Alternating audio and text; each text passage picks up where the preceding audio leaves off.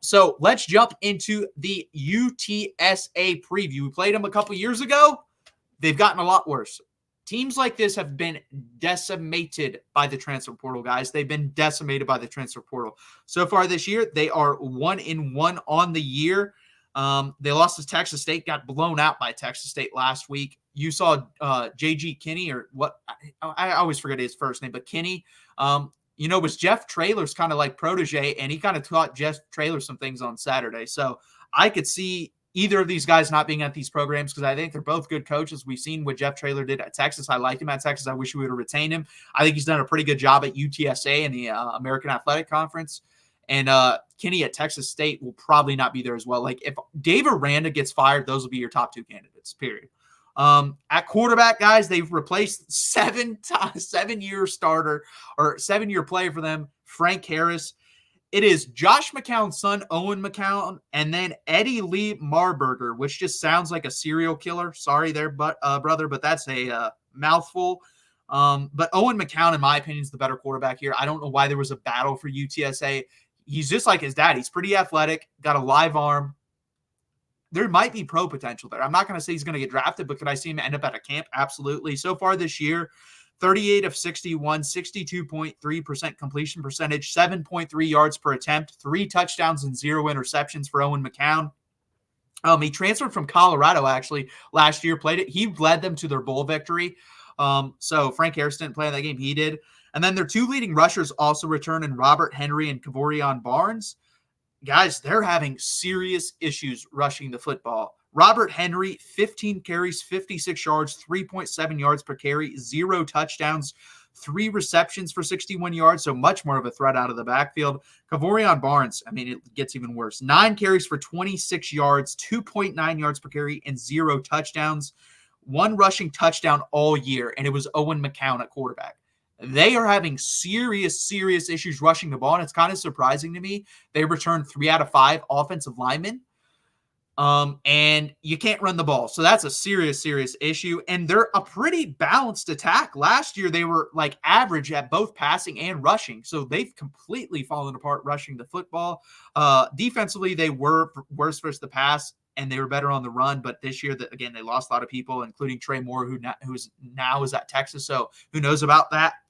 Receiving, Devin McEwen and Willie McCoy are their best wide receivers. Devin McEwen, 17 receptions, 108 yards, 6.4 yards per catch and 2 touchdowns, so he's not going to scare you deep. And then Willie McCoy will scare you deep. 7 catches for 118 yards and 16.9 yards per catch and 1 touchdown.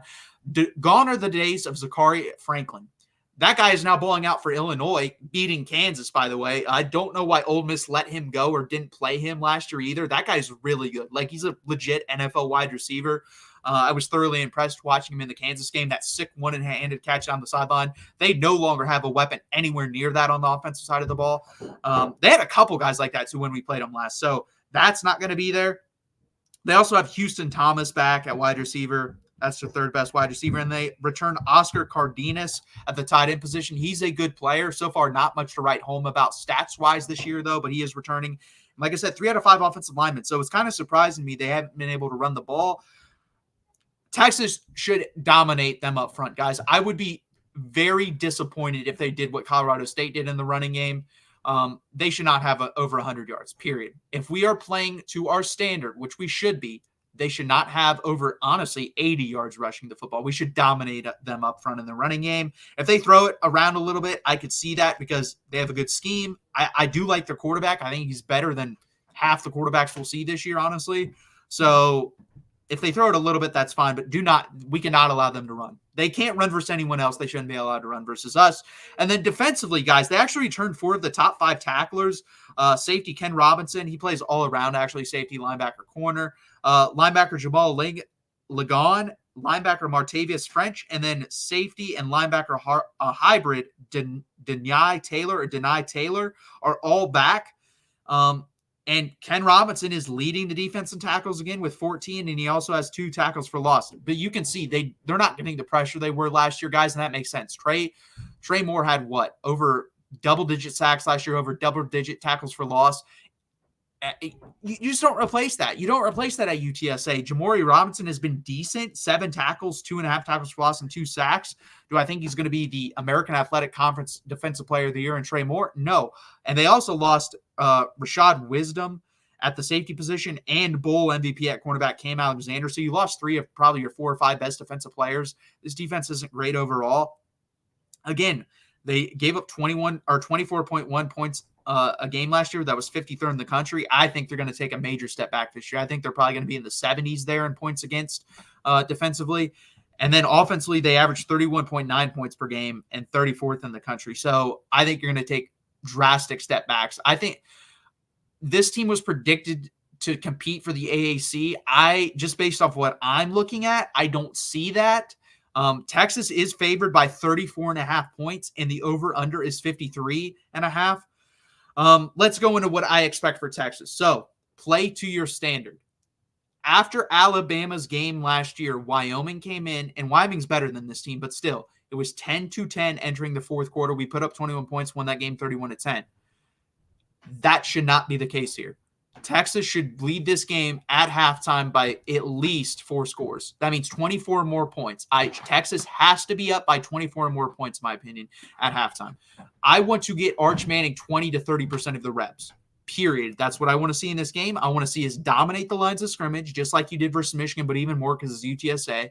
I want to see Arch Manning and backups get a lot more playing time. I want to see Colin Simmons out there a lot. I want to see Ryan Wingo out there a lot. I want to see Jared Gibson out there a lot. I want to see Jelani McDonald and those guys out there a lot. I want to see reps for the backups and guys that you can rotate in also going later into the season. We should win this game. Would I take us to cover? I don't. I've been terrible at that, by the way. I said we wouldn't cover versus Michigan. We did. I said we wouldn't cover versus Colorado State, and we did. I think it goes over. I think there will be more than 54 points scored. I'm going to take UTSA to cover because 34.5 is a lot. Again, I just want domination in the first half. If UTSA covers because the backups let them back in the game a little bit, that's fine. But I want pure domination from start to finish from the starters when they're in. Period, point blank. I'm going to take Texas to win this game 45-14.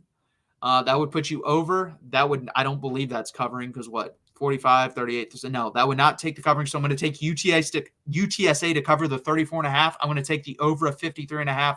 Texas wins this game 45-14. And I want to see domination early on. This should not be close at halftime.